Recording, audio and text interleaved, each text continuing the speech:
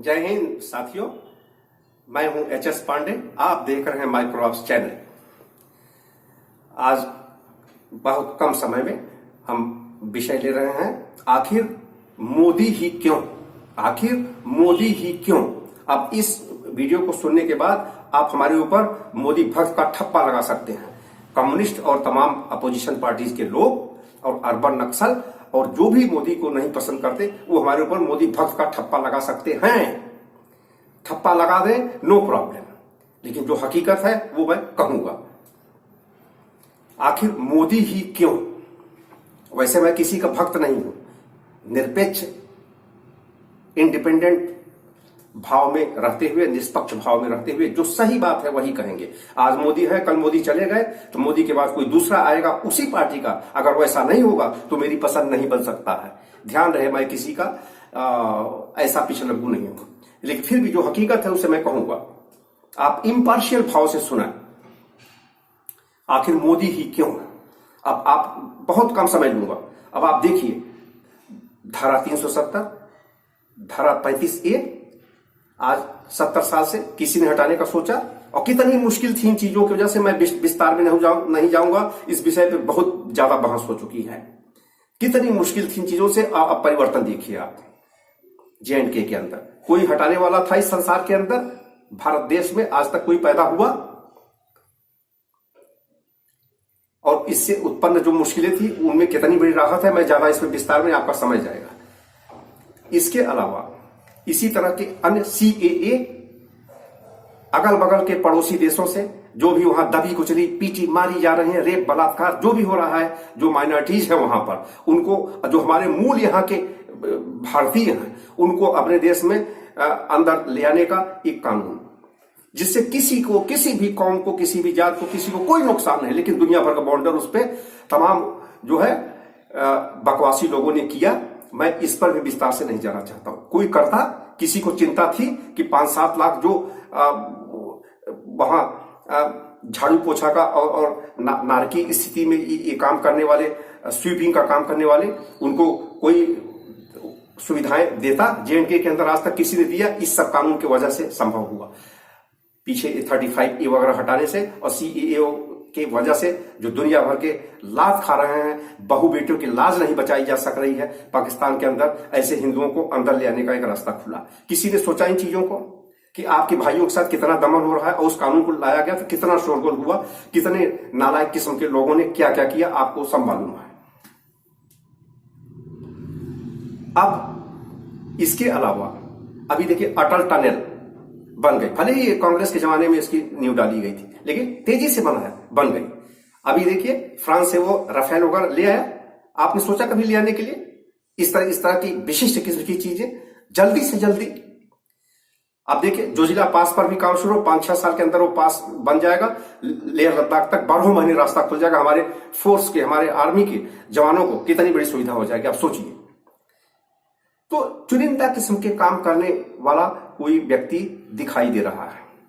अब इसके बाद जो, ये तो मैं बहुत कम चीजों को गिना रहा हूं, न जाने कितनी ऐसी चीजें हैं, लेकिन जो होनी चाहिए अभी नहीं हुई है, आगे होने का नंबर लगेगा, उनके बारे में मैं आपको संक्षेप बता दूं। इसीलिए मैं कह रहा हूं कि आखिर मोदी ही क्यों, दूसरा नहीं करेगा, इसलिए मोदी। जनसंख्या नियंत्रण, आप मिट्टी फांकने को नहीं मिलेगी, मिट्टी, अन्न छोड़ दीजिए अगर आप जनसंख्या नियंत्रण के बारे में नहीं। मैं किसी जात धर्म के बारे में बात नहीं कर रहा हूं। मिट्टी आपको बुकाने के लिए नहीं मिलेगी, जिस गति से ये बढ़ रही है जनसंख्या, और किसी एक विशिष्ट जाति धर्म के लोग जिसमें उपद्रव करके और बढ़ा रहे हैं इंटेंशनली। कौन काबू करेगा? अगर इस प्राइम मिनिस्टर को छोड़ दीजिए तो आप गारंटी लिख के देता हूं कि आपको मिट्टी बुकाने के लिए नहीं मिलेगी आने वाले दशाब्दियों के अंदर इस देश में, अगर इस व्यक्ति को छोड़ दें। जनसंख्या नियंत्रण कानून की सख्त जरूरत है। नदियों में पानी अभी नहीं है, जो बचा है वो भी नहीं मिलेगा। तालाब तो सूख ही गए हैं, कुएं सूख ही गए हैं। सारे प्राकृतिक संसाधन कितना दोहन करोगे, कहां से आएगा? इसके अलावा यूनिफॉर्म सिविल कोड, मैं अलग से वीडियो बनाऊंगा इन विषयों पर। इनमें तो मैं आपको केवल छींटे डाल रहा हूं, फोकस कर रहा हूं कि आपकी आंखें खुल जाए। यूनिफॉर्म सिविल कोड, कितना अत्याचार है यूनिफॉर्म सिविल कोड के न आने से, जो कि संविधान में ही कहा गया है कि यूनिफॉर्म सिविल कोड ले आना इस देश की सरकारों का धर्म होगा। फिर भी अब उसके कितने नुकसान है बाद में मैं किसी अलग से वीडियो बनाऊंगा, इसमें आपका ज्यादा समझ जाएगा। यूनिफॉर्म सिविल कोड, जनसंख्या नियंत्रण कानून, मंदिरों की सारी रकम सरकार हड़प लेती है, मामूली सा हिस्सा उनको मेंटेनेंस का देकर के कुल हड़प लेती है। और मैं किसी धर्म का नाम नहीं ले रहा, किसी धर्म के किसी भी अन्य दान दक्षिणा को सरकार नहीं हड़पती, बस हिंदू बहुल देश में हिंदुओं के मंदिरों का ही सब हड़प लेना। इसके लिए कानून अलग से बना हुआ है, बहुत साल पुराना कानून है, उसको बदलने की जरूरत। कौन बदलेगा? कोई नहीं बदलेगा।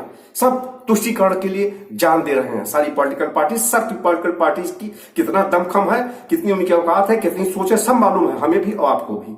कोई नहीं बदलेगा, यही सरकार बदल सकती है। राइट टू इक्वलिटी कहने के लिए है संविधान के अंदर, लागू कहीं नहीं हो पा रहा है।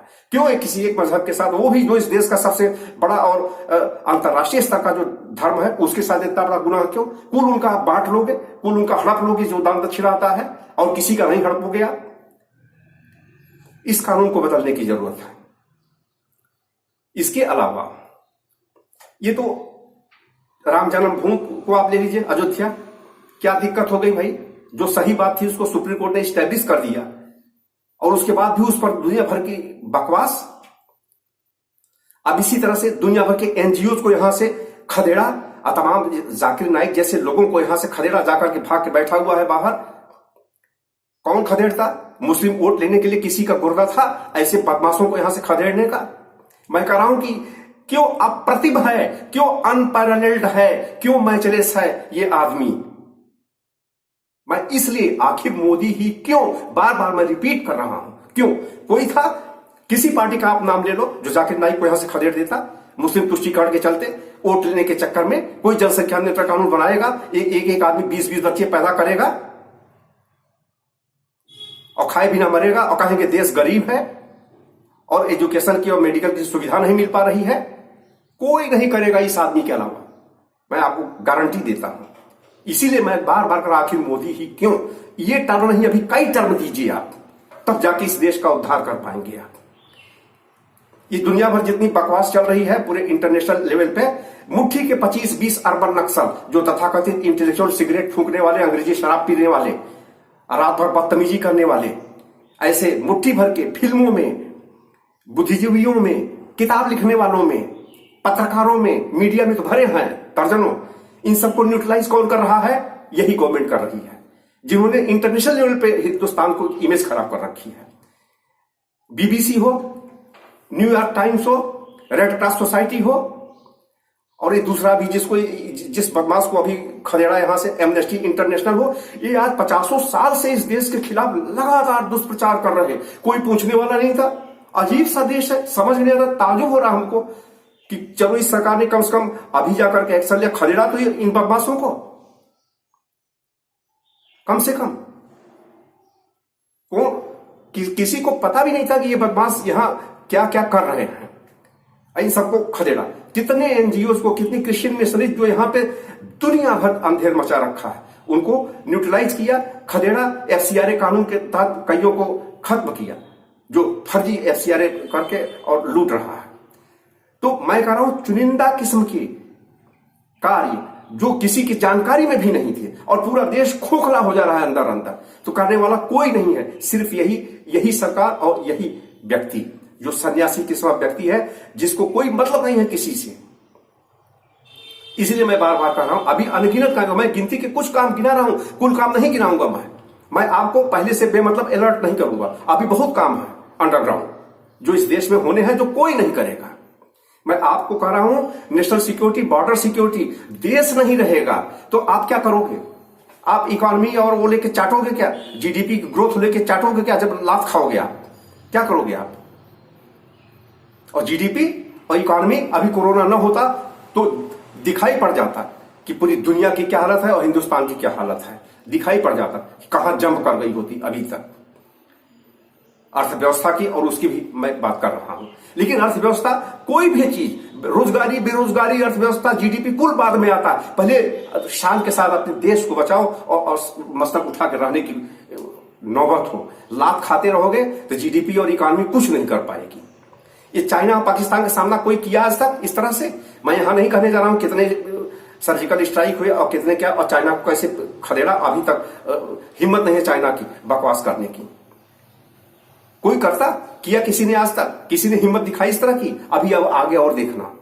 इसलिए मैं कह रहा हूं कि बार बार मैं कह रहा हूं कि किसी भी जात, धर्म, अगड़म बगड़म, फालतू किस्म की किसी भी चीज से हट करके support this man, support the prime minister of India Shri Narendra Modi. मैं बार बार कह रहा हूं कि आखिर मोदी ही क्यों? अगर आपको ठीक लगता है कि मैं सीधी बात कर रहा हूं तो आप सपोर्ट करिए और इस वीडियो को जहां तक हो सके वहां तक आप फैलाइए, किसी भी दुर्भाव से हट करके।